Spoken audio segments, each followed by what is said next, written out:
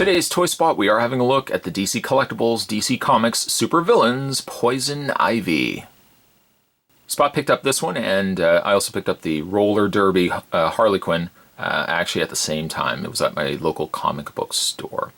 Well, Harley came with the two roller skates, the gun, as well as the mallet.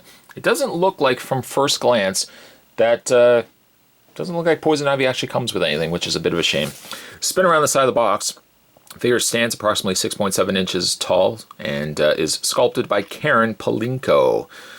And on the back, the other figures available besides Harley Quinn and Poison Ivy is Joker. Although I have not seen Joker yet, and I'm not sure if he's actually available as of the time that I'm looking at this figure. It is also interesting to note, though, that the image of Harley Quinn ended up resorting to the red wheels, black boots. I just used the black wheels, black boots. And her mallet is all silver. Whereas, obviously, when we saw it, it was red. So, there you go. Spot's going to take a break and get this opened up. When we come back, we're going to get a better look at DC Comics Supervillains Poison Ivy. There's more anyway, guys. Don't go anywhere. Stay tuned. One thing can certainly be said for Poison Ivy here is that she is vibrant. Yeah, granted, her really from head to toe, she is black in her suit, which is a stark contrast to what we normally see with Poison Ivy. Usually this is all like a flesh color, as this is just her skin, and then she's got the plants and vegetation growing around her.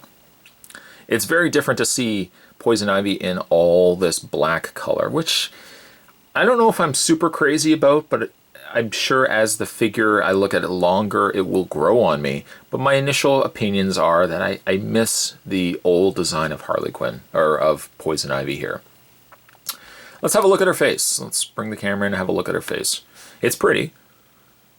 It's Poison Ivy, and yet it's not quite Poison Ivy. She's got the vines on the sides of her face, which is not something that you normally see a lot of.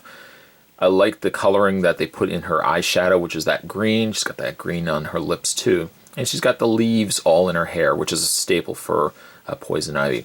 Sculpt on the hair is nice. I like how it kind of billows to the side, and it's got the sculpt of the hair. They put a wash in there too to bring out some of the strands of the hair too. I like that. That's a nice touch. But as for the rest of the body, it is jarring to see, at least for me, it is jarring to kind of see her outside of the element of having her just all, essentially just her flesh and then the plants growing on her.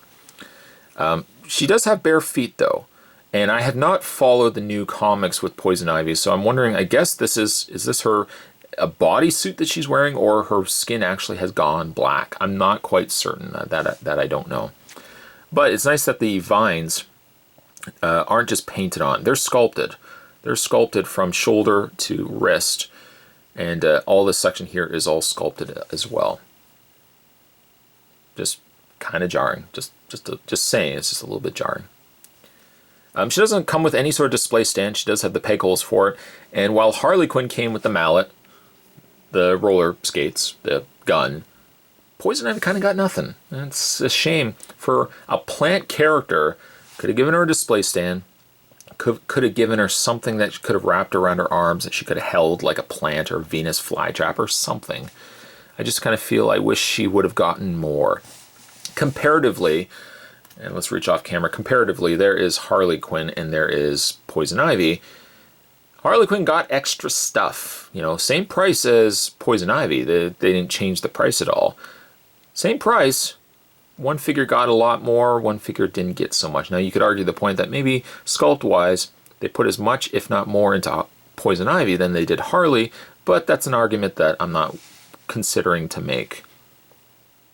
I still kind of think I like it more with the black boots, black wheels, but that's just me.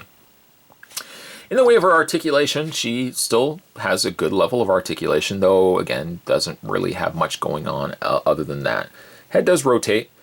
But she has that problem that a lot of characters have when you have hair sculpted a certain way. You can move the hair fine one way, but then when you get to the other way, like when you get here, you can't move the head any further than that point. When you get to head past that point, it doesn't move either. Shoulders are on a ball hinge joint, and you can also rotate the bicep. Single bend at the elbow, And she has no, funny enough, she has no swiveling at the wrist. You can move at the arms, the forearms, but you can't move at the wrists. You know, bicep, peg at the hinge at the elbow, nothing in the wrist though. And she's posed in such a way that her arm kind of is on a weird angle. This hand especially. No swivel point at the waist. However, the legs go forward, back, and out. Swivel at the thigh, which slightly breaks up the sculpt that they put into the thigh area there. She has a hinged knee, and she also has a hinged foot. You guys can let me know, certainly down below, what you guys think of this figure. Do you like Poison Ivy like this? Do you like this look of Poison Ivy, or are you more someone like myself that goes for the original flesh Poison Ivy and just the vines growing on her? Let me know down below. In the meantime, today's Toy Spot, we're having a look at the DC Collectibles DC Super Villains Poison Ivy. Stay tuned, guys. Spot's going to have more Toy Spots heading your way. Thanks for watching. I'll see you next time.